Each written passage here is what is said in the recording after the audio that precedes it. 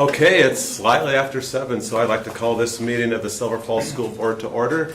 Please note attendance, Denise, and just for the record, Irv Stadley is going to be a little bit late. He called me half hour ago or so he'll be wandering in momentarily, probably. Please join me for the flag salute.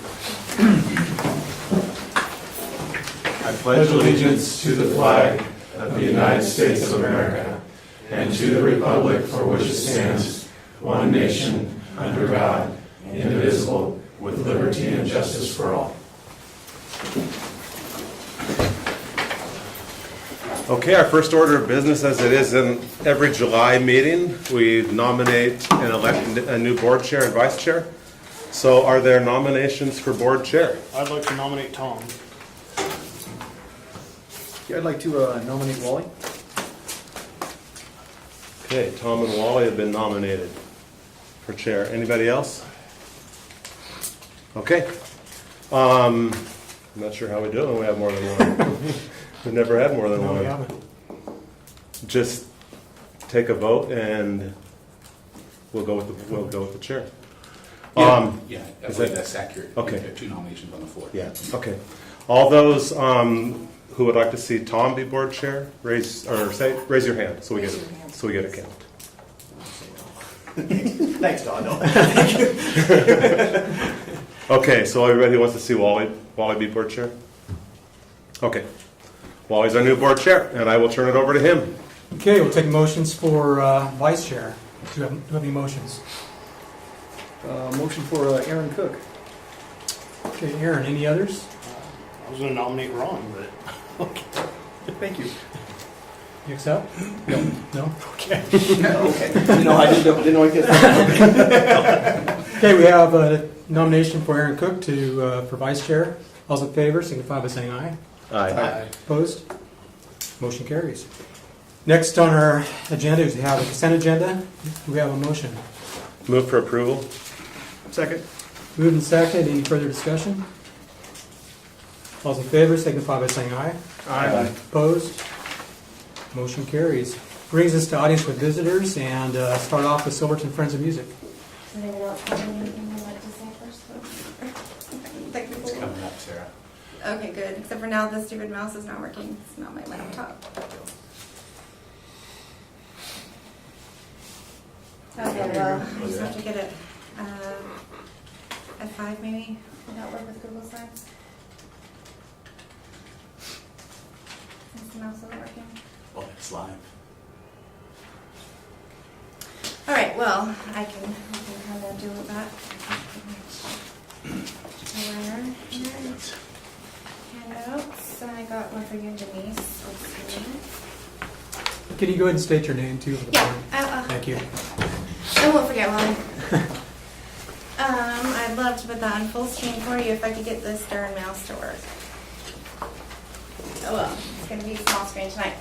I'm Sarah Weitzman. I am the newly elected president of Silverton Friends of Music, and I would like to extend my thanks to Mr. Belando for putting me first on the agenda.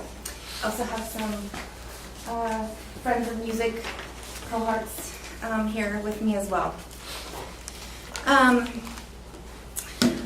I'm going to really try really hard to keep to 5 minutes, so I'm going to talk at allegro speed, right? Because I feel this is really important, but I know I want to be aware of everybody's time tonight. We have newly elected board members, and we're really excited to be getting off of our feet. We've been meeting for about 6 months. We have bylaws, board members. We're a new nonprofit organization, and we're really excited about the possibilities of our group working together with Silverton School District. Especially our main goal to improve music in our schools, and you can read our mission statement.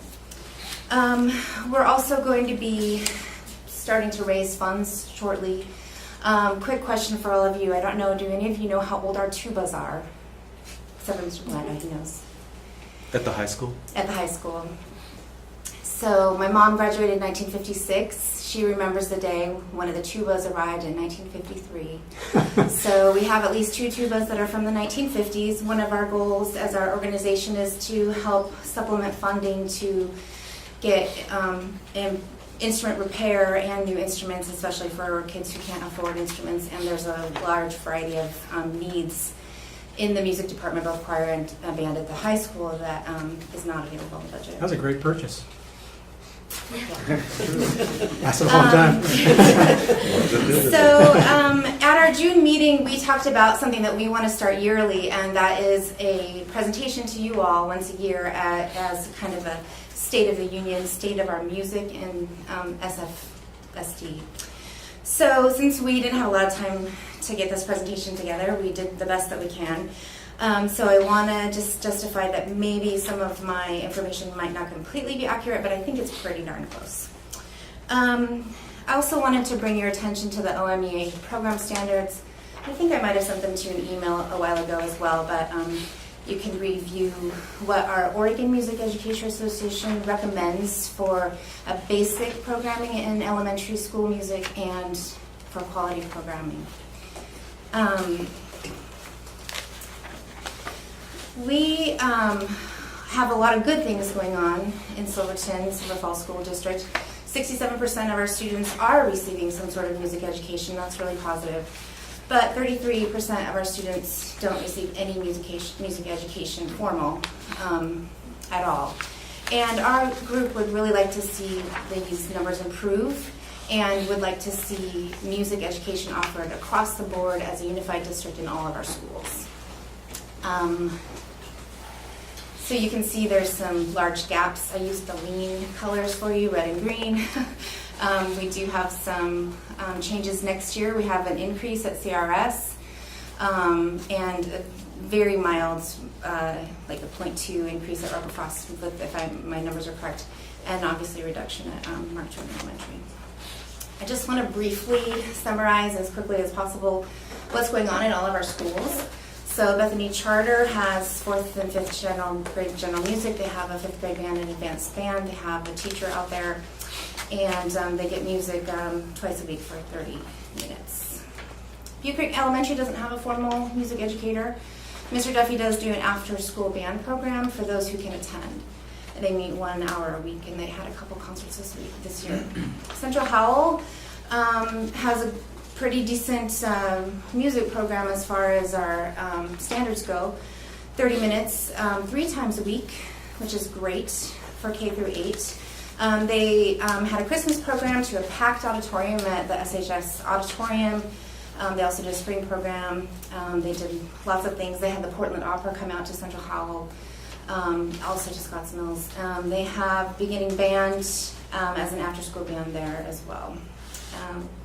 Community Roots, this past year had volunteer time by Mr. Pedrick, but this year they realized that the need for a music educator is important, so they've added a 0.17 FTE to their budget, and they'll have a music teacher for all their grades next year.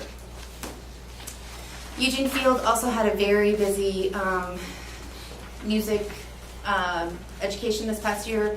They do general music to all the grades. They average about 40 minutes a week. This was Mrs. Elliott this past year. Sorry the font's so tiny, but they do, every different grade does a program. They do kindergarten, not graduation anymore, but moving up or whatever ceremonies. And Graduation. Yeah, and the important thing about elementary music education, and Mrs. Almquist would talk about this a lot too, and so would Mrs. Elliott, is that they do a lot of different activities with the elementary kids. The Orff instruments, the xylophone, the rhythm, they do composing even. They do all sorts of sensory, tactile, all sorts of different types of activities with the young ones. This is, a little bit of a bummer, and I know we've talked about this before. I do want to point out, though, that I appreciate, and we all appreciate, that you guys took time at your work session to discuss this matter. But it's still, I think, important to note that as a goal of Social Friends of Music, we would like to see certified music educators in all of our schools. And asking the elementary students to provide that, or elementary teachers to provide that instead, puts a little extra burden on those teachers, especially if they're not comfortable teaching music. And it probably won't reach our goals of OMEA standards of 30 minutes twice a week. So we're really bummed about that, especially in our largest elementary school. Evergreen doesn't have any formal music. They do some programs out there. Mark Twain Band and Choir with the high school teachers. They have 3 concerts. They're also involved in community events, like the band was Pet Parade. They did jazz band, and they had some achievements at the Malala Honor Band. Pradham also has some really great things going on out there. They do have some music hour FTEs. They have music 3 times a week as well. They do a lot. They've got 3 programs, talent show, they've got a student choir, spring musical drama usually, and their PTC funds their spring play, which is maybe a musical, maybe a play. So they got a lot of good stuff going on out there. Robert Foss also has a very busy music offerings with general music, 5th and 6th grade band, choir, drumline. As you can see, they have Student of the Month in music, which is great. They are growing their bands and doing a lot of good things they've got choir there as well. There is a facilities issue at Robert Frost in that they have to travel across the parking lot to the Baptist church to go to music class, so that's sometimes a challenge for them. And also next year with the split at the middle school, 5th grade band is kind of in limbo right now as far as my understanding, Mr. Duffy making sure he's got time to squeeze in 5th grade band. Plus he's got additional jazz band next year. Scotts Mills also has music twice a week for 30 minutes, as well as the after-school band for an hour with 2 concerts. Scotts Mills and Butte Creek have combined their after-school bands. The Portland Opera also went out to visit Scotts Mills. Silvercrest has no formal music. Their Booster Club has reached out to Mr. Duffy for after-school band program. Victor Point also has no formal music, but their 2nd grade teacher does teach ukulele to all the kids, and they have ukuleles available for all those 2nd graders. And they have after-school band with performances at assemblies and a couple concerts. They also have musicals. Oh, do they? Okay, that's one area that I was struggling to get all the information in such a short time because I didn't have access to all the principals and teachers since we started this after school ended. But we also wanted to talk a little bit about after band programs. We're really super grateful that Mr. Duffy takes his time and energy and talent to go to the rural schools to help try and get some of these after band school bands going. But it's not accessible to everybody. It's not available to every student. Not every student can be, transported to after school band or have the funds to have an instrument. And so we would like to encourage the district to become more unified so that we can offer music like that to all students and be able to offer band and music to all the students. One of our members had said that it's kind of similar just to private lessons because oftentimes Mr. Duffy's time also is supplemented by booster clubs or I think I'm not positive about that, but I think the booster clubs pay for his time, or PTCs. The high school, we have a lot of great things going on at the high school, both band and choir. They do a lot of community events. We had some standout soloists this year with Mara Christensen winning state on the flute, and there were some other students honored in music, Iron May, Nathan Weeks and Kevin Koenig. 11 band students are traveling to Europe next year. Choir members participated in All-State, and they did lots of community events like Pet Parade, the choir capital performance, etc., and a lot of band and choir, and Mr. Patrick and Mrs. Kircher are involved in Cinderella. Jazz band, wind ensemble, marching band, concert band, percussion, pep band, all available as far as bands go. The wind ensemble was qualified, went to state. Jazz band was league champions, and the marching band got 2nd at Starlight Parade, which is awesome. The choir also had a lot of great things going on. They had guest clinicians, choir retreats. They got 2nd in league and the 5th at state, which was great this year. There's several choirs for the kids to choose from. And next year, we're also, my understanding is they're adding additional class at the high school called the Music Fundamentals class. One of the things that we want the board and administration to think about is the future.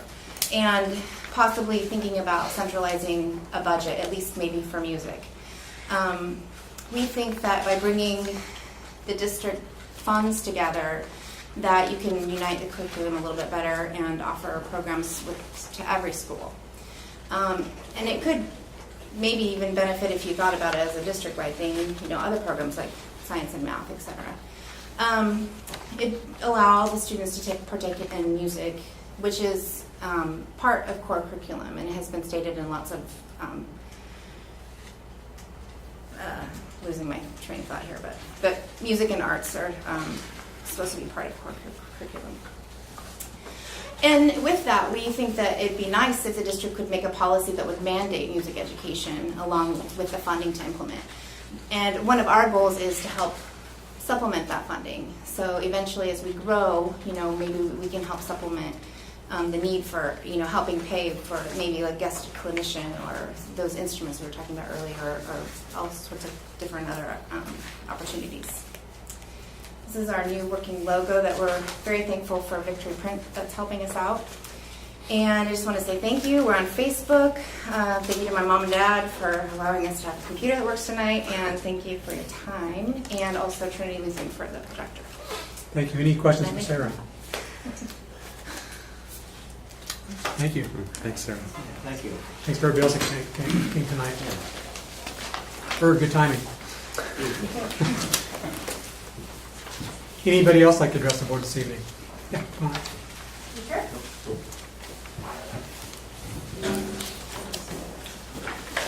Please sign in and state your name. Okay.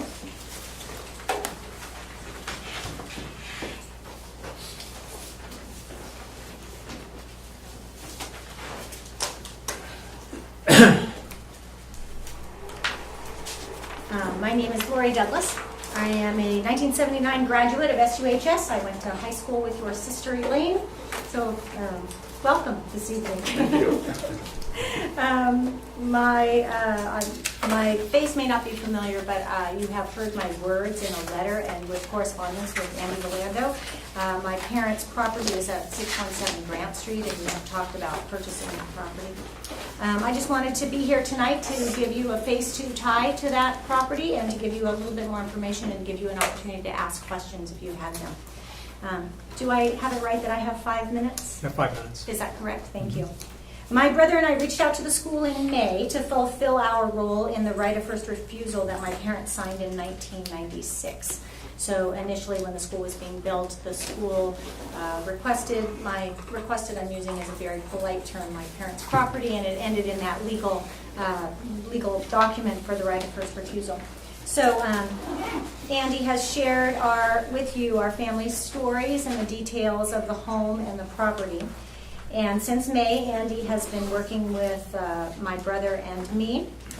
My father passed away 3 years ago, and my brother has since moved away. So it leaves me with the task of closing the estate at this point. And Andy has been very gracious and understands, I think, our position, and we understand his position and your position being good stewards of public funds and the work that you have to do to be able to make your budgets go where they need to go. Now, the decision to purchase or not to purchase our family's home and land turns to you. My brother David and I feel like we have been good partners with Andy in this process and have done all that has been requested, including a formal appraisal, which we were supposed to have gotten today but has not yet arrived. Darn it. Can I interrupt just for a Yeah. second? I did receive that via email, Oh, you did? and your name was on it as well. I Received at haven't got midday. it on the email, so I'll check my other email account. I'll look there. Okay, that's great. And a walkthrough that happened today with your head maintenance, Mr. Stanley, if I have that correctly. That's correct. It is, as you know, a good market right now, and it is a good market for us to sell, and the home sits waiting for us to do the work to put it on the market. We have some interest from a potential buyer and from a potential developer to put potentially 2 more homes on the land because it is almost nearly an acre. So selling to the school is just one of our options, and we reached out in good faith, first to streamline the entire process because it seemed like a waste of resources for everyone to get it ready for the sale, put it on the market, get a realtor, get a buyer, get a price, and then come to the school. That seemed like a waste of everybody's time and energy. So we decided to do it a little bit backwards. And that seems to have been an okay decision on our part. This is the summer for us to close this last chapter of our parents' death. As an educator myself, I just finished my 30th year as an educator. I have been an English teacher for 22 and a dean of students for the past 8 in Seattle. I understand very well your very important charge as a school board. I returned to school in Seattle in late August, and so our window of opportunity to sell this summer is coming quickly to a close. As you know, the summer goes so quickly. So if the school decides against purchasing, we are ready to nullify the right of first refusal and tear it up and move forward and sell the home on the open market. We hope you understand our position and see that we have acted in very good faith to facilitate your decision and to do everything that we can to come to a speedy close. And we are eager to close this chapter and to move forward so that we can leave this last piece, put a bow on it, basically. And I am happy to use the last of my 5 minutes to answer any questions if you have any. We'll note this is an item tonight in our executive session to discuss this piece of property, so any questions for Lori? Thank you for coming down. Yeah, And you Yeah. guys have Yeah. acted in really good faith in your letters and Yes. things like that. So thanks. we want to make a decision as quickly as we can, but sometimes that's not as quickly as people would like it to happen sometimes. But we understand. we'll make a decision as soon as we can.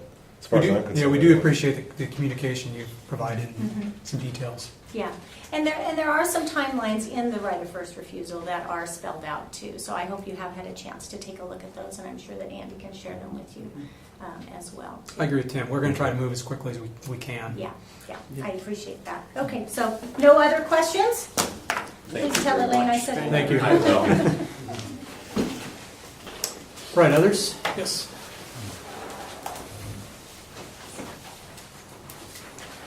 Well, for those of you that don't know me, I am Rick Schmidt. I'm currently president of the Fox Foundation.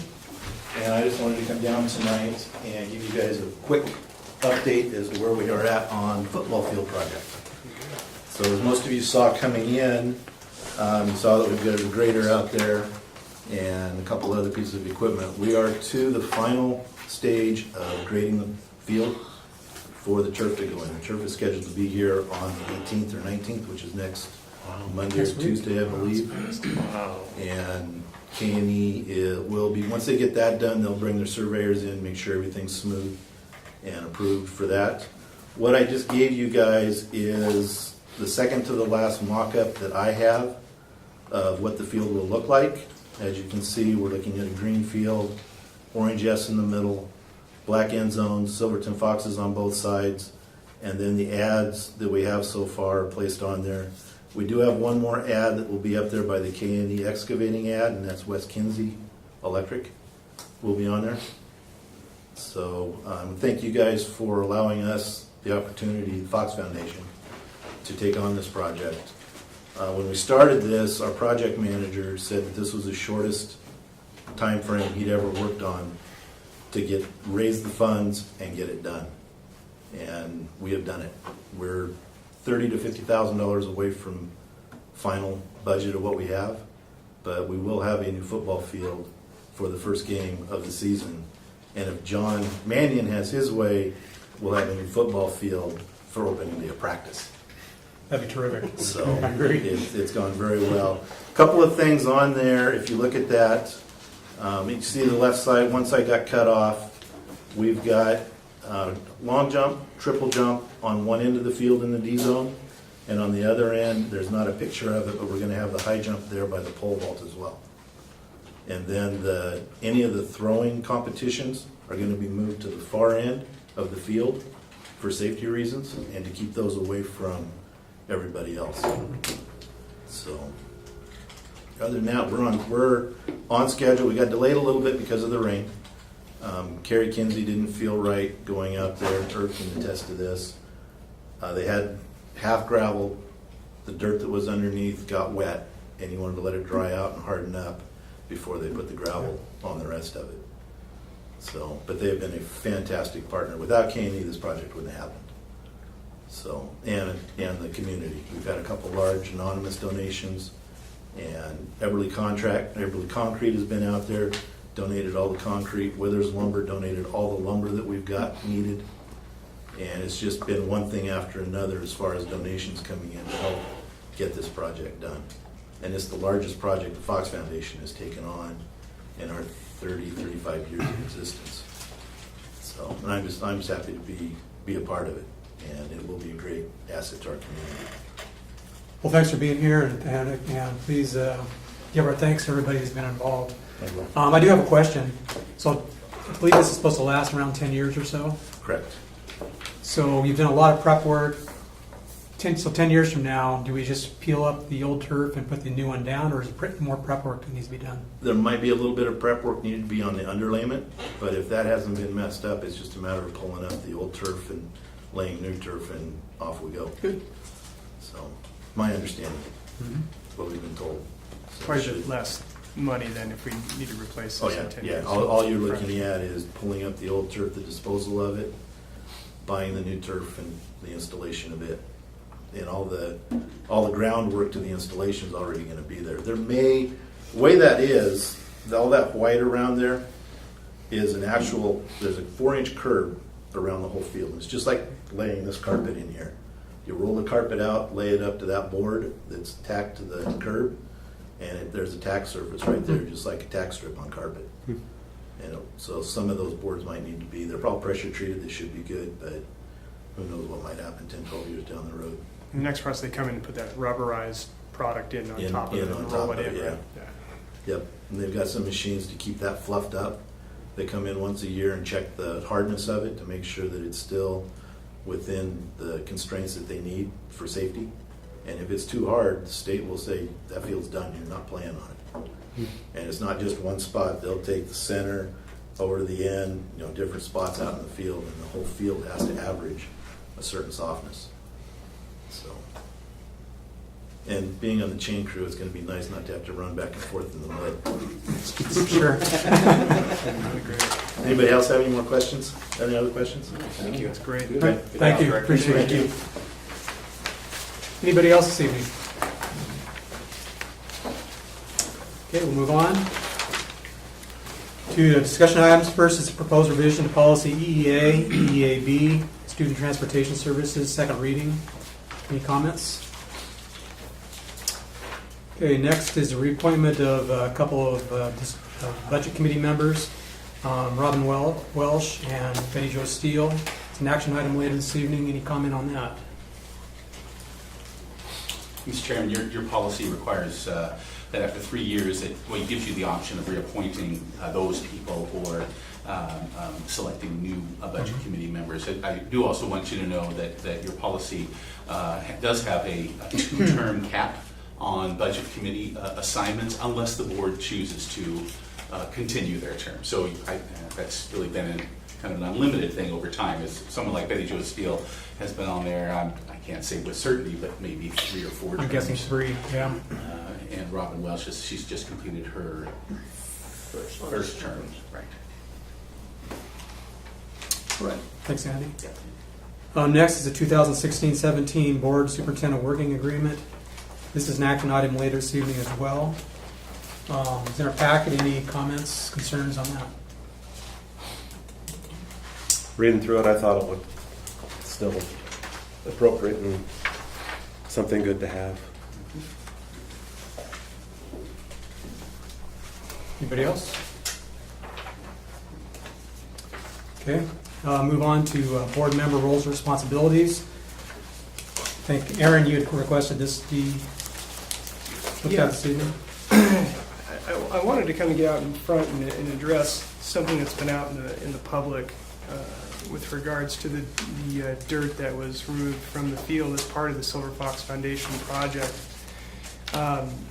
And I wanted to have a discussion about it here as a board because unfortunately I don't think we gave this time, and Todd, there's some questions I want to address with you too, because I don't think we followed proper protocol. It may not be necessarily a board working agreement kind of issue, but in my mind, it kind of violates our unwritten code of conduct of communication and openness and transparency as a district and as a board. And I think if we want to do things transparently, or if you feel like there was some type of ethics violation, I think it behooves us to discuss as a board. I guess I'm disappointed by how all this was carried out. Now, Todd, you're within your rights to file an ethics violation claim, as well as any public member. I am, you are, we all are. I guess, again, coming back to what I'm saying, I'm disappointed with how it was carried out. The fact that, we did receive some email transcripts from Andy and some of your questions back and forth with him. We really didn't receive any direct communication from you about your concern. It happened, I believe, right before at least these initial communications, and your voicing of concerns to Andy came up before a board meeting. At that point, you didn't request any time on the board, at the board meeting, to discuss this pertinent issue. And then come to find out, without really even directly contacting any of us, a complaint was filed. Now again, I don't have a problem if you want to file a complaint. I just have a hard time with the way and the means by which this has gone about. I read back through the email that you had sent to Andy and kind of the string today, and I think you kind of hinted at potentially ethics, but you never came out and said that I think I'm going to file a complaint. I guess I'm frustrated and I'm disappointed with the fact that you didn't contact us and say, I want time to talk about this at the next board meeting. I'd like to discuss this. I have concerns. And at that point, if we discuss it, we go through the ORS statutes, we go through the policies, the legality of it all, and if there's an issue, by all means, file a complaint. But I'm kind of disappointed, again, that you didn't come to us and talk with us. I think it should have been vetted at the board level first. Again, there were issues that have been brought up against yourself in the past to the board. We have discussed those issues. We've given you the fair time to respond to those issues. And I don't think you gave Tim the same courtesy. And again, I'm disappointed by how this went on. It's again, not necessarily a hard-written necessarily violation in my mind. It's just I'm disappointed with the lack of communication and the fact that you feel like there's enough here to file a complaint. I don't per se agree with you, and that's just my opinion. I'm not speaking on behalf of the board. But I think it's a waste of time. But I don't feel like you gave Tim the courtesy of which we have even given to you with certain issues. So I just want to know why did you not even request any time, then all of a sudden we get blindsided by an ethics complaint? Well, first, the correspondence between Andy and I, Tim was CC'd into it, and he chose not to respond for whatever reason. That's his right, completely. So, he had his opportunity to respond right there. Andy forwarded the correspondence to the board, said not to discuss it in the email fashion, so we did. Nobody brought it up. I think that was on a Thursday or so. I talked with the OSBA about it. They said that at that point, it wouldn't be, they said that it would most appropriately belong with the ethics board, not with the school board, because the policy that they had, that we have as a district, they weren't necessarily sure that violated that policy. So that's why that was the next step. And I waited a week, never heard anything from anybody about concerns or anything like that, or that somebody had some different ideas on it or like that. So I went to the ethics board. I laid out the correspondence between Andy and I said, this is the district's position. This is Andy's position. Here's what I was told by people in the district. So I laid out the two sides, and I said, is there anything here? Do you think is there something, or is it a waste of time? Am I misinterpreting something? And they said, this is something we would be interested in investigating. So that's why I went forward with that. At that point, you know, in the discussion with Andy, in which Tim was CC'd, there was never anything, you know, brought up of defense of, you know, so I wouldn't love it. I don't think that it was a board issue at that point then. You know, the OSBA said that if it didn't violate the district policy, then that was the next step. I think that was implied or hinted to that thing, I think, in the correspondence, so that's where I went with that. I still think you should have said something, and I think it's our job that if we have concerns to bring it forth. I think maybe you didn't hear from other folks, and I'm not trying to speak for anybody else here, because maybe that they didn't see the issue the same way you did. Now, I think it would have been great to entertain it at that board meeting. If you had a concern, you bring the, hey, you know, you guys have seen my email. We weren't supposed to discuss it on email, which is proper in terms of discussion etiquette and legality. We should have brought it it should have been brought before the board, at least in my opinion, and we can have a discussion about that tonight. But I think you should have given Tim, at least again, the courtesy to discuss this, because I think facts could have been laid out, and maybe something else could have come of it. Now, again, you're entitled to filing your complaint. Well, again, Tim was CC'd into that conversation, and he never replied. And you know, like I said, that's his right. He doesn't have to. So I think at that point he had his chance to speak out. I don't have the date in front of me here, but I seem to recall there was discussion about board policy being broken. And that, other than the email, never went on beyond that. I asked if policy had been broken, and I believe Andy said that the policy that we have has to do with contracts, and so therefore that there was no contract between the school district and Tim, and therefore that wouldn't apply. Okay. So that's why when I talked with the OSBA, the way I understood it is he said this is not a board issue. There's not a board policy here that was violated. So that's why it went. That's why I didn't take it to the board. If it's not a board issue. I still think it just stands in front of it kind of stands in defiance of, or stands in the face of what we really want to do in terms of open communication as a board. Again, that's my opinion. I wanted to at least tell you that here because I think it's fair that you know how I feel. And again, others can chime in on how they interpret this too. But I think it's our duties that if we have a concern with you, or you have a concern with me, or we have a concern with Andy or anybody here, we are part in our role as board members to bring that up at the first available board meeting. So again, I would hope that in the future that's what would go on. And again, I'm disappointed with how this went down. So I don't agree with how you did it.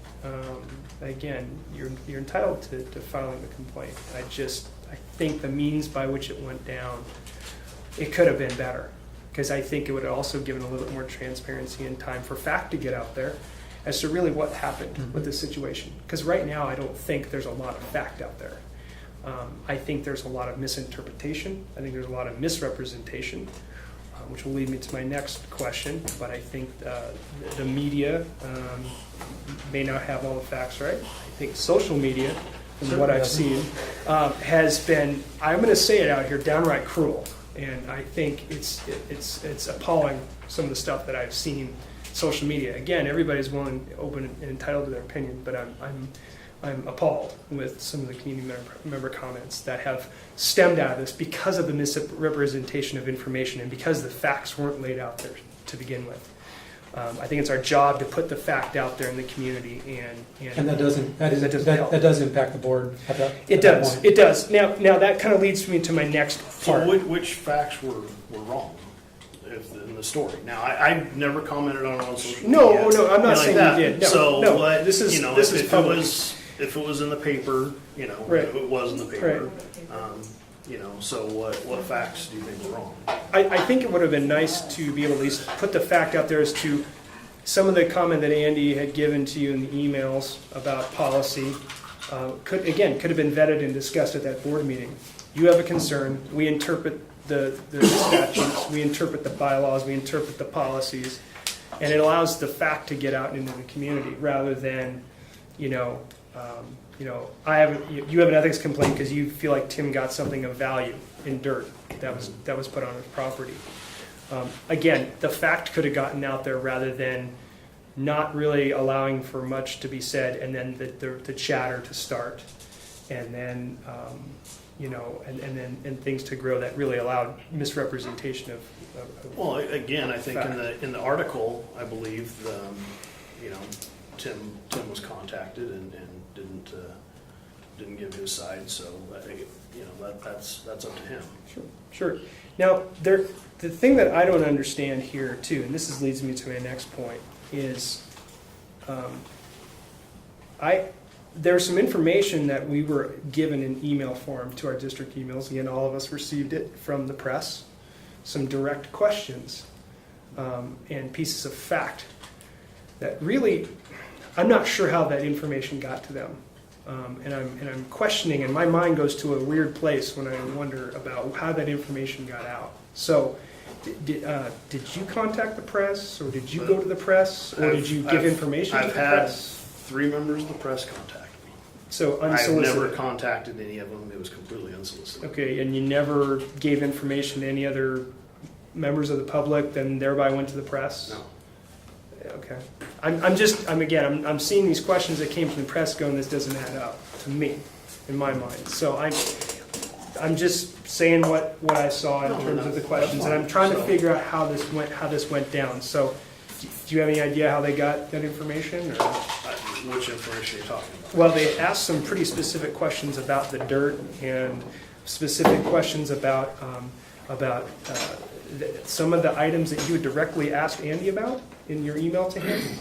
That it got out, and that's why I asked you, did you contact the press on that? I didn't contact the press. Okay. Obviously, you can tell by the article I did talk to the press, but I did Yeah, not contact them. They came to me. How'd they get wind of this? I don't know. That part I don't know. I don't understand how it could happen.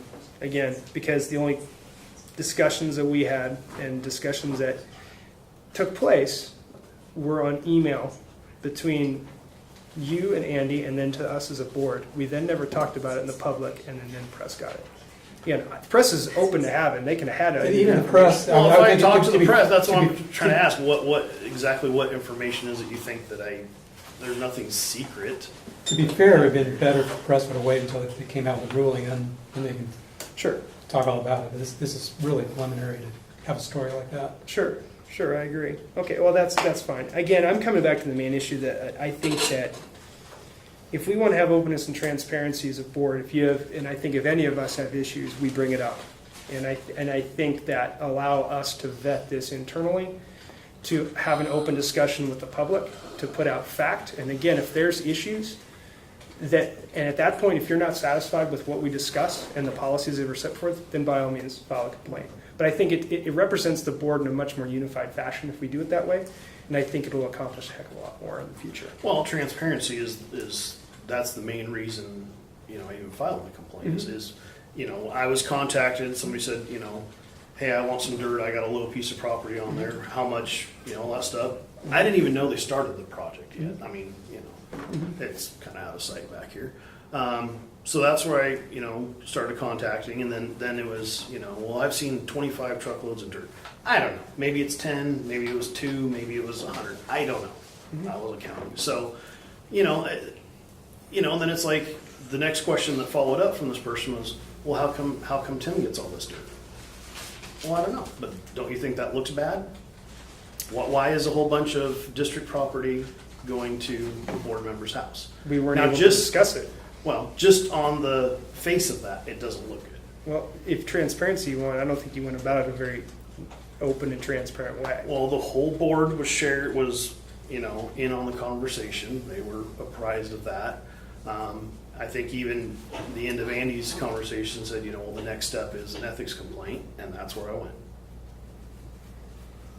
Well, So- I'll stand here and say I don't Okay. agree with the way you did it. That's Yeah, fine. you're I entitled to. think you should have asked some more questions. I think it's a real easy explanation. The project's on a short timeline. Tim had some property that's close by to the dirt could be taken to. He basically did the project a favor by doing that. And So and let's say if the 25 truckload number is correct, so he did a favor by taking 25 truckloads, but the other 475 went somewhere else, and I mean that just seems like a little rounding error. That much didn't really help. I don't know where the dirt went, but I- but I mean- the fact is, to keep a project at a on schedule and at a low cost, you've got to, transportation's a big deal, and you I understand. got to move the dirt out as quickly as possible and as short a distance as possible. You can't have a fire sale on the dirt and put up a sign saying, come get your dirt. I mean, that'd be great in a perfect world, but when you're on a tight timeline like this, it's just not feasible. And also, in my mind, if you contract somebody, again, to take out something, if I said to a contractor, I want you to dig me a fish pond and dig it out down, and whatever he does with the dirt and everything, I don't think it matters. I don't. If he wants to take it home and put it on his lawn because it helps him grow his lawn better, I don't really care. At the end result is I want a fish pond, and I want the best fish pond and on the nicest timeline with the least amount of cost possible because I want that fish pond. So I don't care where the dirt went, and I think if we extrapolate it to this project, I don't think it matters. I don't think anybody cared. I don't think anyone If they cared. wanted the dirt, I know Kerry. I'm sure if it was close by and would cost him more money, he would have sent a dump truck load over there. Well, I see the dirt as district property, so it's not. You can't just say it doesn't matter. There is a protocol. There is a procedure to dispose of district property. Correct. If I can chime in right there, Mr. Chairman. Sure. While there is a district policy specific to designating property as surplus or no longer needed for school purposes, the fact in this case is that the full board, including your vote, Mr. White, accepted this gift in unanimous terms. And when you accept a gift, your policy specific to acceptance of public gifts actually trumps it. I mean, you now have accepted a gift from the community. So as an example, we've had gifts from the community who come in and retrofit bathrooms. Using your example, we would have to put those faucets out to public availability, where the gift was, contractor, thank you for your gift, come in, take care of the faucets, remove them, and put the new faucets in. We've had some slight retrofitting of one of our schools, which involved some removal of windows. Same thing would be in effect on a much smaller scale, but I think it's a fair comparison here. If we were to say to that contractor, take those 6 aluminum windows, make them available to the public somehow because that policy is in place, well, that policy is not directly in place because your public gift policy is in place. So at that point, it becomes a non-public contract job. And so multiple policies do not apply at that point because it's a gift from the community and it's a non-public contract. If that were the case, we would have K&E Excavation or any other subcontractor out here saying, thank you very much, we want to give you hundreds of thousands of dollars to do this project. And then we would say, well, stop, wait a minute, we have these other 6 policies that need to apply. So K&E Excavation, thank you very much. I'm going to go ask 2 or 3 other excavators if they want to donate all of their time and effort and resources to this project. So I think it's really important to note that policy application was full fidelity in this case, and the public gifts to this district was in full effect. The procurement that you're referring to and the surplus property that you're referring to was not applicable, not in this case, simply because it's not a public contract. And that's what I shared with you, and that's what I shared with the media when they contacted me as well. So, thank you, Mr. Chairman. Sure. I mean, I kind of let you know where I stand on this. Again, I don't think it was carried out in the right way. I disagree with how you handle it. Again, I support your desire to file an ethics complaint, 100%. I just don't like the way about this went down. I've talked too much, so anybody else? Anybody else? I'll put it up for other comment too. No, just one quick comment, not only applying to or applicable to Todd, but all of us. If we're talking about transparency and we're talking about making sure there's trust in the community, the fact that we have emails between our school district email server, that doesn't constitute transparency to the general public. So we still have to bring that about in a board session. So anything like that, Todd, you're talking about transparency, but yet you're not giving us the chance to be transparent. So you're a little bit ambiguous and vague in that respect and hypocritical on that stance. So just make sure that, to be transparent, we need to share that, we need to talk about it, and not just say, hey, we all saw the email, I waited a week, I went to the next step. Not fair. So that's my comment. Well, then how come nobody chimed in? I mean, Again, they because could it's have not said- in a We didn't public know- format. And This is also, a public format. and also Andy said it probably wouldn't be good for us to talk on email about it. The Yeah. next step is to vet it in public forum in front of the public, so the correct information, the correct policies get carried out. And so when we were at the meeting, none of you said, hey, you know what, I've read your email, I have concerns about it. I didn't know I didn't have a problem with it. I didn't have a problem with the issue. You're the one who had the problem. Okay? If I don't have a problem with you, why am I going to bring something up if I don't have a problem with you? If you have a problem with something, it's your job as a leader in this community, as a leader in the school board, to bring it up. That's your job. That's my job. That's Wally's job. It's all of our jobs, right? If you have a problem, bring it up. Just like I said, I think this needs to be discussed. Please put it on the July 11th discussion session, so we're here having this discussion, right? It's all of our job to speak up when we think it needs to go further, rather than just some ambiguous emails. I didn't know where you were going with it. There was a lot of back and forth, and going, I didn't understand where you're coming from. I thought it was kind of absurd myself. That's just my opinion. And I was just like, okay. And then all of a sudden, boom, we have an ethics complaint. So That was a surprise. that kind of was like, whoa, what? And you didn't even tell us you're like, guys, I'm filing a complaint. You didn't even say that. It just happened, and I found out secondhand. So it's kind of, again, to Ron's point, your desire is to be transparent. I get that. But in the act of what went on, there was no transparency. Anybody else? Well, I think you've been pretty diplomatic, and I would like to see Todd censured. I would like to pull away from Todd. I think we have given him adequate time, adequate space to change his tactics, change your outcomes, and it's getting worse, Todd. It's not getting better. And I think you're a liability to the district. I think you're a liability to the school board and to yourself. So that's what I got to say. Any other comments? No, I don't know what I'm of various minds of the whole thing. I don't think anything illegal happened or unethical happened, but I also know that the public hates the idea of a good old boy network running their school district, and it does have the optics of that.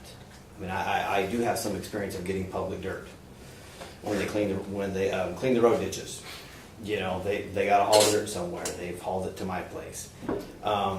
They were hauling it somewhere else, and I said, I stopped by and, hey, when you're done hauling it to that guy's place, I could use something. And he goes, oh, you're closer. He shut him off and hauled right to my place. You know, so that guy got cut out. So, and I understand that there's myriad things going on here, but I stand on both sides of this fence, and it's complaints have been filed, and I'm willing to we'll just see what comes up there. But people hate the idea of a good old boy network, and we got to be careful about that. I think that's why I said if we had talked about this last month, right as the issue by Todd came up, I think a lot of this misrepresentation and or junk floating around we could have been ahead of it instead of behind it. That's my opinion. Well, correct, and I guess it's more out there. I'm trying to be philosophical about it, but people, hopefully we'll all take the lesson a little bit and be maybe reminded. I don't know. I mean, I don't think anything will. I think if you would have said, hey, there's a bunch of free dirt, honestly, it's not. It was Kane, Silver Fox Foundation is paying for the project. It's honestly, I think it's their gripe. It's a problem. It's not. It was their overburden, their something to get out of the way, and if there was some value to it, the Silver Fox Foundation could have gotten the value and done more on the project. So I'm going to let the ethics committee just go through the legalities of that and just see what they say. I don't think anything's gonna come of it though. Just my opinion. Well, and I think, if this would have been the first time you've done something like this, I probably could have rode with it, like Tom said. But there's a history here. I am concerned about your intent. And I think I have voiced that to you before. And if a contractor gives a gift, I think it's a crying shame somebody out of the goodness of their heart has been willing to donate equipment, fuel, and labor in the heat of their season. It's not in their off season. It's like you giving up your combine when your wheat's ready to harvest. And then you put a black mark on that gift. That's embarrassing. I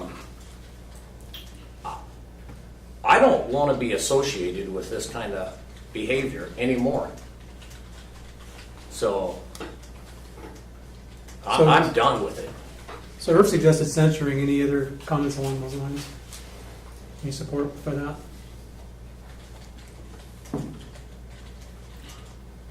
I don't. I think I do have some concerns like Irv. I think we're close with something like that because I don't want to be associated with some of the things that have happened that you've done, Todd. But I'm concerned that there's a liability risk at times. I do too. And I think that's what makes me most concerned of anything, because we've had past issues again in the press that and even this one again, you're just giving your opinion and you're entitled to free speech, and I would never take that away from you. But are you speaking on behalf of the board here? And I think that's the problem we have, or if you in times past that we've discussed in open session about with direct comments about staff, that's a huge liability. So I do get concerned from a liability standpoint that it could negatively impact our district and our district's reputation above all. Okay. Above all, draw negative attention to our kids. I'm hearing you're not favoring censoring at this point. I don't know. Okay, that's fair. Anybody else? Okay, we'll move on to administrator and staff reports. Andy, Silverton Middle School project, Scottsville Middle Size of Yeah, I'll give you brief updates on both. Silverton Middle School progress. You drive by the middle school campus, you'll see things still in full effect. In fact, I think it's fair to say it's full throttle right now. There's lots going on and lots of progress being made.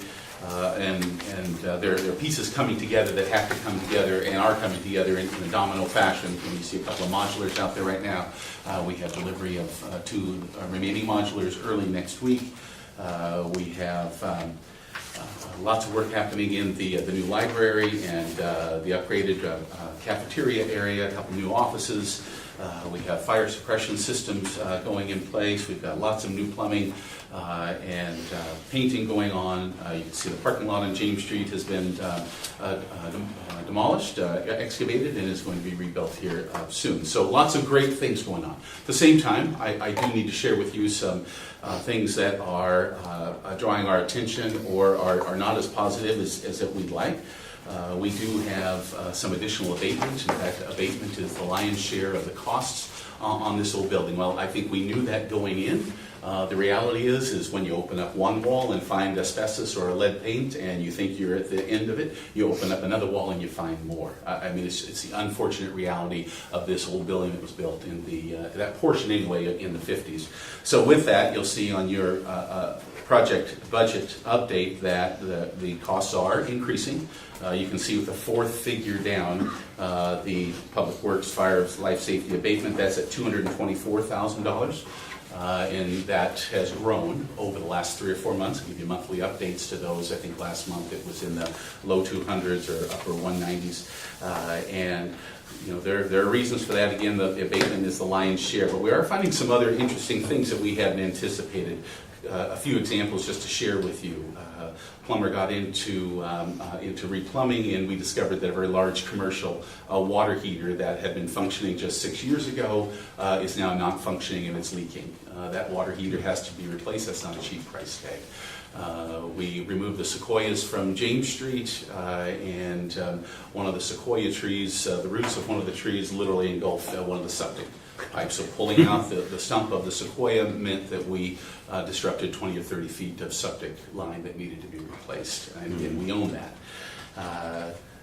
Smaller examples, but examples that are unfortunately commonplace in the old building. We did our best to anticipate these, but fixtures even. We've got bathroom sinks that were brand new in the 50s, and they actually, it's still in pretty good shape. You can't find the faucet fixtures for this whole pattern anymore.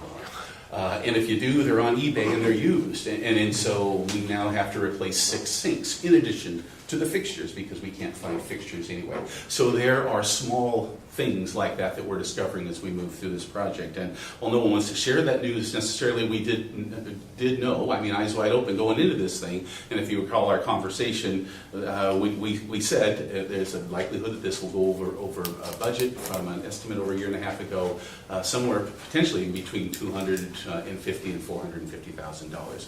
So we're at $223,000 now. We're less than 2 months from this project being completed. So I'd like to think, even though I won't ask Lauren to say right now, but I'd like to think we're getting close to finding the end of some of these discoveries, but the reality is that this figure will likely continue to go up. So when you take a look at a total cost perspective, we're still at about 9.5%, 10% over budget. When you take a look at what we're getting into, from my perspective, that's not that bad in the big scheme of things. I don't want to see it go any higher, and we're doing everything I can to keep our thumb on it. And Lauren's doing an incredible job of asking all the right questions, looking at the scope of the work, asking not just the contractor and subs, but even our architect and the city, working with them very well about what it should be. So I'll continue to report to you, but the reality is we've got a school to open up in less than 2 months. We're getting very close, and this project is over budget as we had expected. So, Mark Twain, I just want to give you a brief update on that. It is entirely empty. In fact, if you were to walk through the gym at the middle school right now, I'll send the board a picture later this week, but it's full of Mark Twain stuff. It is very well organized, and we're ready to move it into classrooms the second the classrooms become available. The custodial maintenance staff of the district has done an incredible job of getting Mark Twain ready for the elementary kids. So lots of cleaning, some upgrades are going up there. We're removing lab tables up there. We have excavation for the new playground occurring the first week of August. We have playground equipment being installed by the middle of August. So that's all on track and on schedule. And we'll have the covered play structure installed about a month after school begins. I reported that to you last month, and that's still the case. So we're doing fine there. Scotts Mills, we have hazardous material abatement has occurred. We're still doing some air quality testing out there before the contractor can get in and start moving and shaking that place, but the contractor is on site.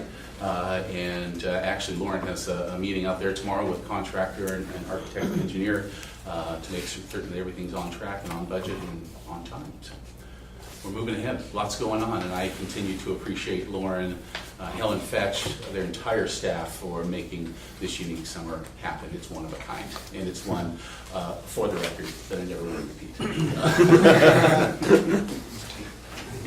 Andy, I had a question. Lauren, do you see any problem with the folks out there at Scotts Mills getting it done before school starting? I drive by there 3 times a day, and I'm going like, there's scaffolding out there today, you know. And no, actually, they're doing a great job. They've also already been working on some of the framings and the blocking. I mean, they're not messing around, and good. I really think we're looking good on that project. Good. We had to do a lot of modifications to get it within budget, you know, so we can change the scope, and the engineers had to really hustle to kind of redo things. But I think we got a really good team on that project, and everybody's working well together, engineers, contractors, and so I'm pretty happy with it so far. Great. Thanks. Okay, anything else? Questions? Thank you. All right, meal prices. First, Sue-Ann is on vacation this week, but she put together a real nice flyer for you regarding the summer meal program. Some statistics to date, and she was real happy to report that they've already seen a 62% increase on meals served over last year, and they really believe that has to do with the new outdoor park sites and families really spreading. Wasn't last year's up too? It was, but Wow. it was still, a little new. The way the program is run, and I think that they were able to get off to a faster start. So, in 9 days, they've served almost 300 meals more than they did in the first 12 days last year. So, I'm interested to see how that plays out over the rest of the summer, but they're really happy with those participation rates. Just a comment on who sponsors this. There's confusion about who pays for these lunches. And it appears that the school district's paying for it when I know it's not. I was in Dallas the other day, and they actually had a sign out about the free lunches there and said USDA Oh, interesting. Okay. Provided lunch. I think it'd be a good change for us to make it clear who's actually paying for this. It's a great suggestion. Yeah, I mean, you may even just go flat out and just say not from. Thank you, federal government. Yeah. Well, but now to my kind of possible gripe. I mean, is any who's eligible for these free lunches? I think it's anybody ages 1 to 18, basically. Anybody. Pretty much anybody. Doesn't matter if you make Right. $200,000 a year or $2 a year. Not for So people who And I think as a I purchase. have no problem with taxpayers' money helping out those folks in need, but there's probably just some lazy parents sending their kids down to the park for a free lunch, and that's not my gripe with the school district. yeah. It's with the Fed. I don't know if there's any validity to this, but I had somebody tell me they thought that there's a McLean Park down here that or McLean, one of them anyway, that they thought that one of the daycares was bringing kids down for lunch. So, like I say, I have no idea if that was true or not, but they said there was like 3 women and like 15 kids or whatever. So I thought it looked a little. Well, yeah, it's And according to, if that's the case, I mean, that's allowable. I mean, it's anyone. It is. And every one of those lunches, you're right, we're reimbursed from the federal government, Yes. and every one of those is paid, so not a dime of district resources goes to this program. But it'd be another reason to make the proper people culpable for this. Yeah, but it does allow help to keep school district personnel working through the Yeah. summer. I mean, so there is a bonus to us, but it's we pay federal tax. Everybody in the room in this district pays federal taxes too, and I'm kind of like going like, oh, okay. So anyway, that's just a comment. It is a good thing, though. I'm sure there's people going down there who could well afford to go buy lunch, but I bet the majority are people who can actually use getting a free lunch. Oh, absolutely. No, absolutely. That's not a A criticism. few people get it who don't. I think it's a good thing. It's a good thing. It's a good life lesson for the kids to learn how to make themselves an own bologna sandwich too. Well, it does. I mean, Trust me, I'm not. This is not a gripe about folks who really need help. as much as I don't like paying taxes too, I think what it does help foster too is community. I mean, Yes. with our kids, Yes. right? And we have what I think basically every night of the week you can get a free dinner here in Silverton, which is awesome with our community. With some of the churches that Yes. put it on.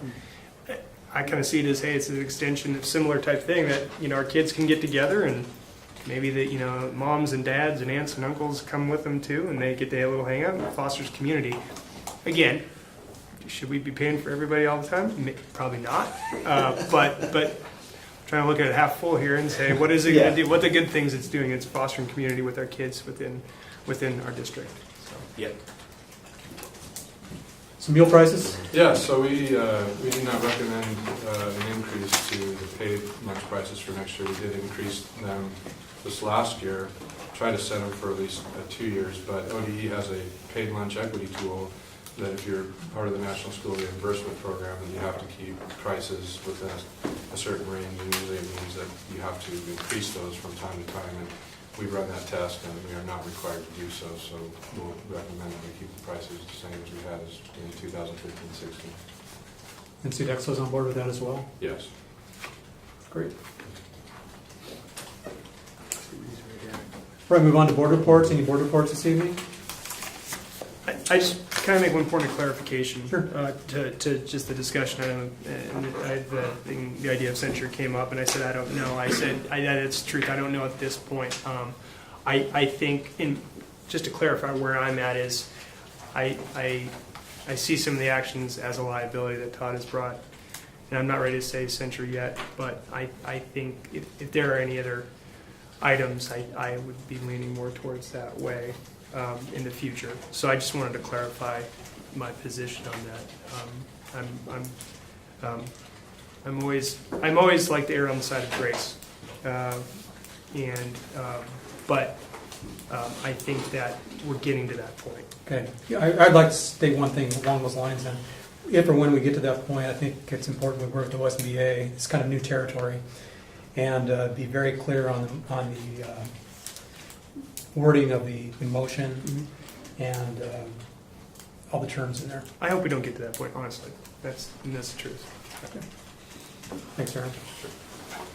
No correspondence I'm aware of.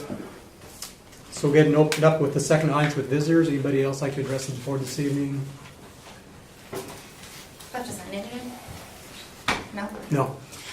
Two quick things. One, I don't think a lot of the public know what you were referring to as who was, the press was, like what, because it wasn't in our town or. Salem Weekly. Yeah. Thank you. The second thing, just really briefly, I just wanted to encourage you to keep to the two-term minimum for your budget committee members. Thanks. Thank you. Anybody else? Yeah. Yeah, John.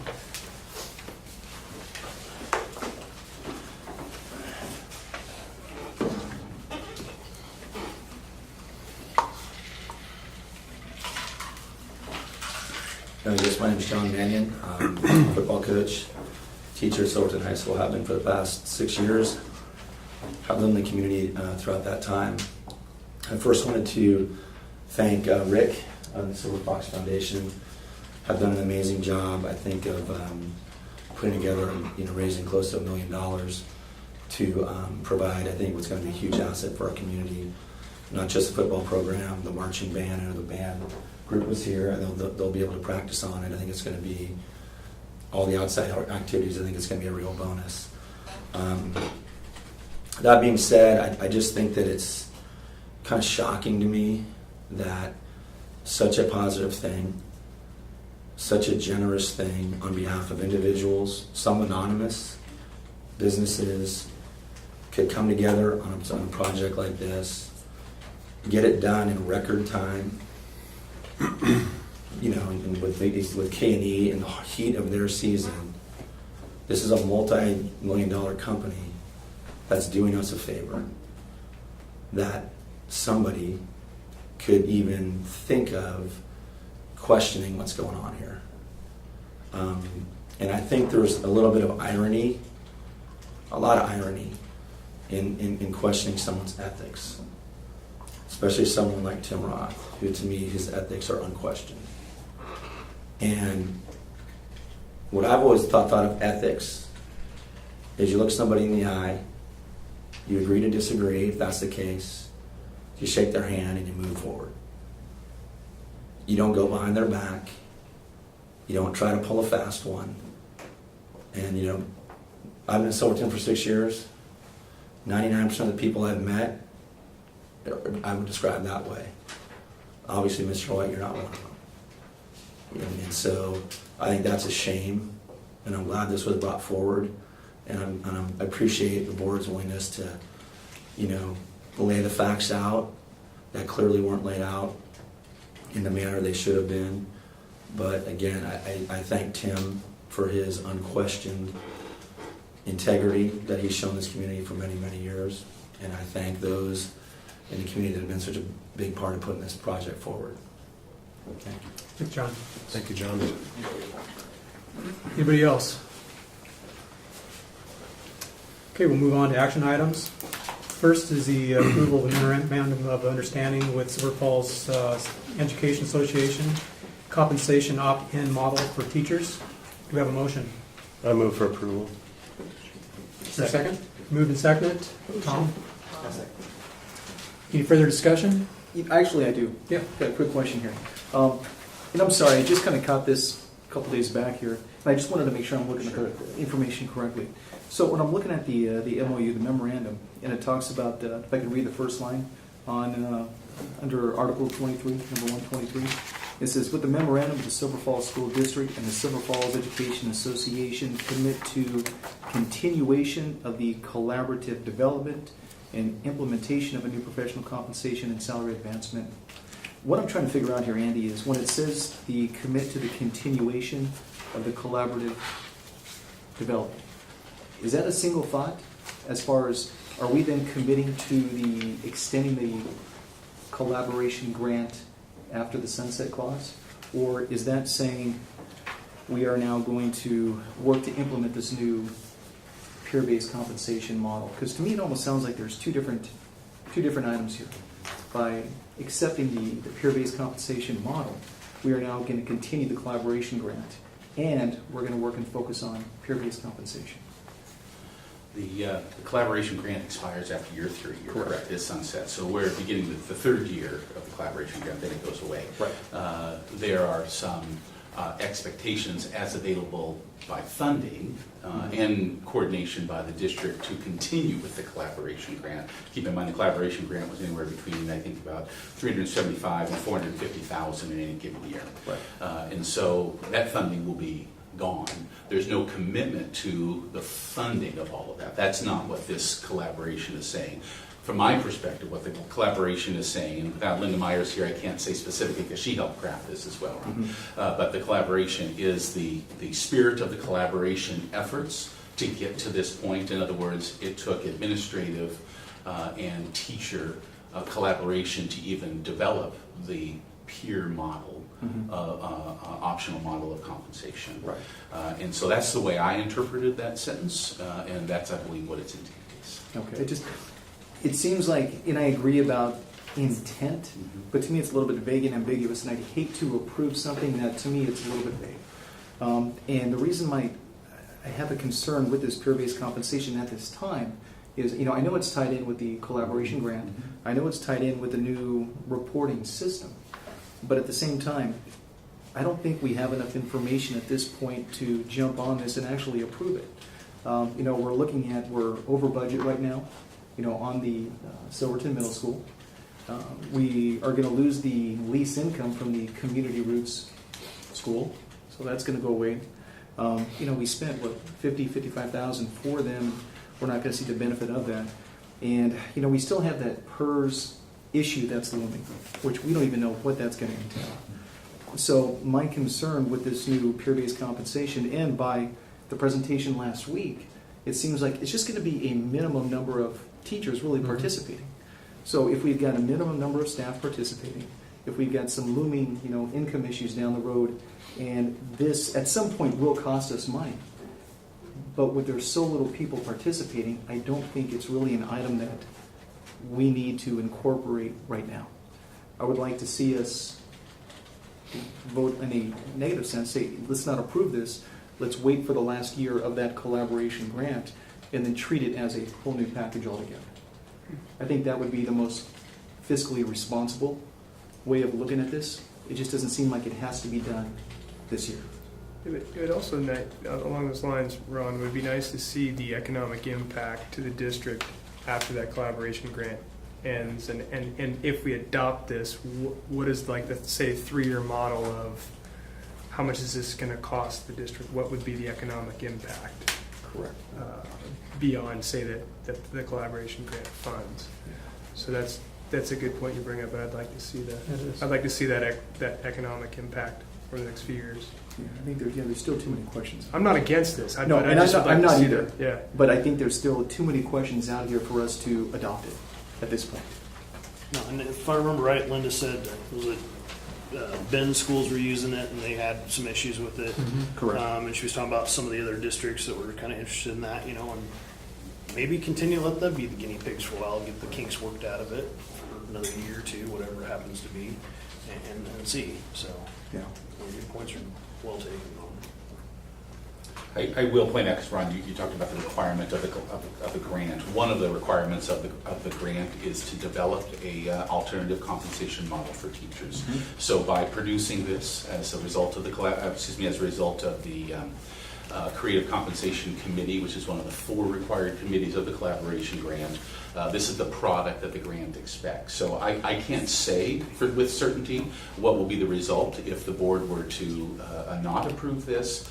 But I wanted to paint that picture for you that I'm uncertain what it means to the collaboration grant if it's not approved, or at least a portion of the collaboration grant, because the Creative Compensation Committee, in addition to professional development, teacher collaboration, and there's a 4th, or instructional leadership. Those are 4 requirements of the collaboration grant that, in order for us to continue receiving the dollars for 1 more year, we're expected to maintain. But it seems to me, even if we did not approve it, they came up with a product. So they met the requirements of the grant. And I don't know what that answer would be. Well, if I said it wouldn't make a difference, then that wouldn't be accurate. You're right; it may not make a difference. I just don't know. So I don't. Sorry, go ahead. I don't see a problem with it. When Linda was here giving the presentation on the whole thing, she was very clear in that this new compensation model for teachers isn't going to cost the district any more money until possibly something like 70% of the teachers, jump on board with this, and I don't think that would happen for a long, long time. And I don't think there's any expectation that the district is going to jump in and start paying $400,000 once the grant goes away. That's not going to happen. I think the spirit of this is that I think everybody's committing to keeping the process going. Andy said administratively, the teachers union, they're all committed to keeping this process going because they're seeing some good results. And this whole thing about the teacher compensation, this could be a really good thing for kids. It focuses around teachers instead of just getting paid jumping up on the step because they're here for another year. They're actually getting rewarded for things that they choose to do that can directly impact their teaching skills in the classroom. And so I just don't see the problem with it. If the administrator manages it correctly. There's heavy administrator guidance in here and oversight that it needs to happen.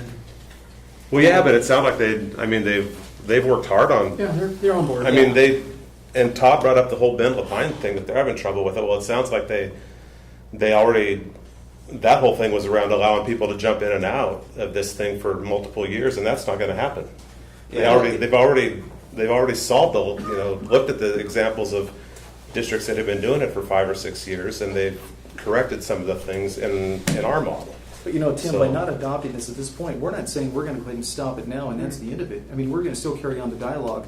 I'm just saying we need more information. Unless we don't get the grant because we don't adopt it. Well, if we can we can not put it have off the till next emergency? month. Can we And get get clarification clarification next next month? Can 1 month hurt us in the grant? We need more due diligence. Wasn't there? Diligence Didn't on they this. have a certain time frame that they needed to get rolling on this thing? Though if they're going to do it this year. In order to put the business office pieces in place, in order to get the word out to teachers prior to the beginning of the new fiscal year now, but in order to get information feedback from teachers, there's a timeline, and I believe that timeline, the deadline for teachers reporting back is the 1st or 2nd week of August. Again, nothing's done until it's approved. So in anticipation of the board approving it, there was a timeline put in place. And so a postponement until August would likely be too late for the 2016-17 year. I don't know what that means a year from now. You can choose to do something like this at any time. But I think the merits of this project were the fact that it was about a year's worth of effort by a collaborative group of teachers and administrators who put this plan together, and it appears that it's not going to cost any additional money for the district, but will put your teachers in a position of being, I think, incentivized by an alternative compensation model that fits their needs very likely better than what we currently have.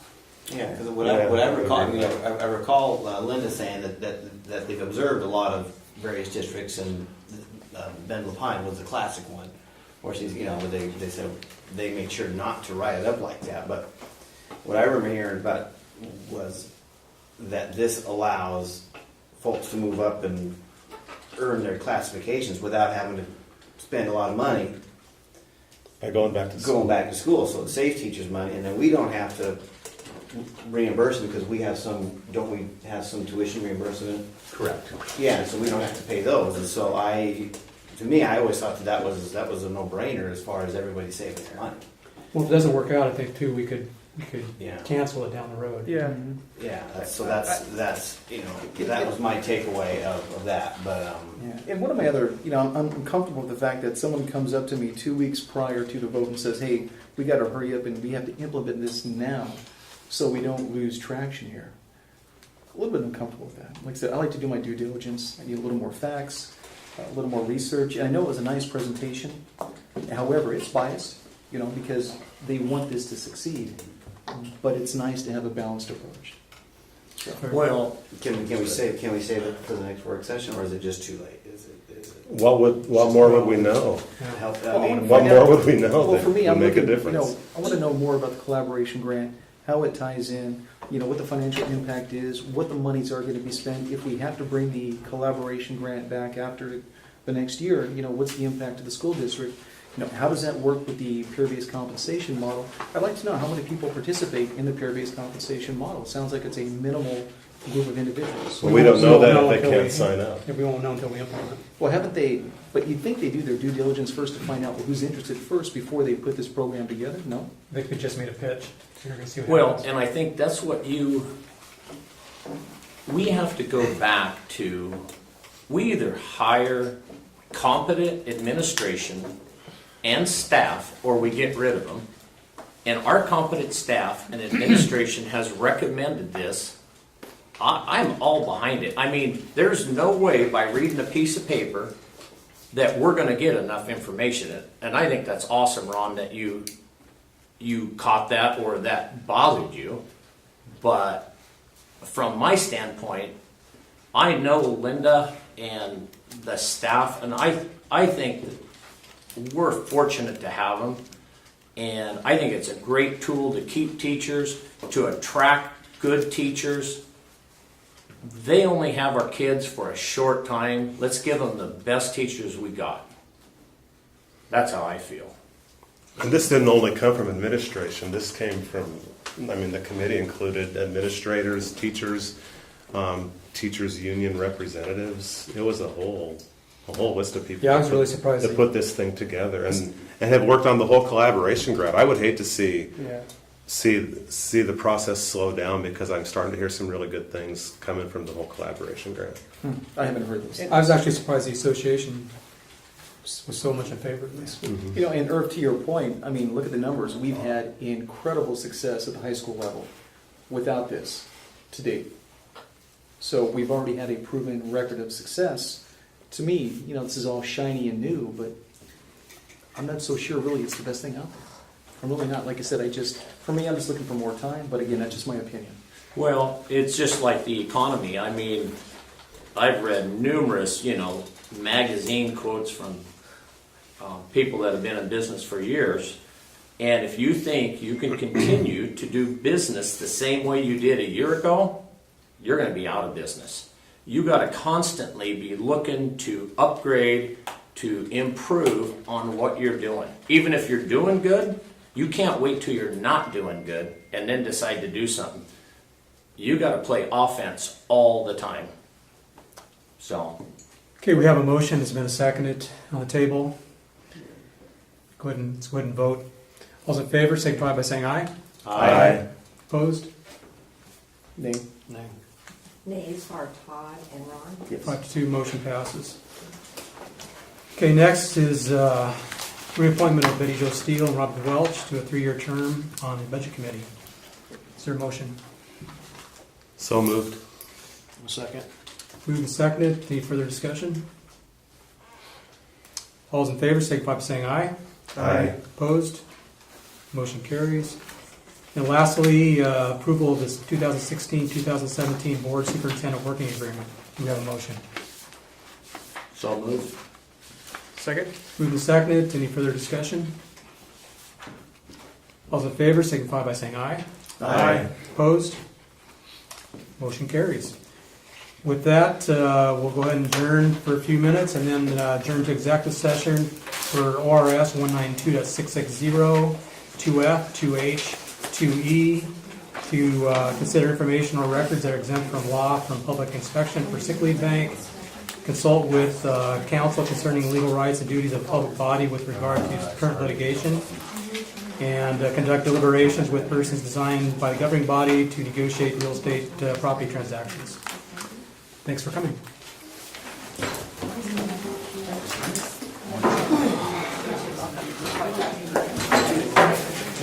Too long? Isn't too bad. We're not done yet. No. But, we're on the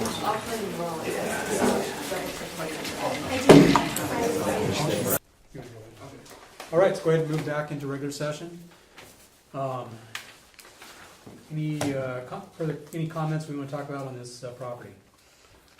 I would support Andy continuing in negotiations with the seller, trying to come up with a price for the district to purchase the property.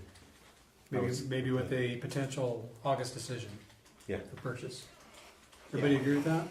Yep. Yep. Here, seeing nods.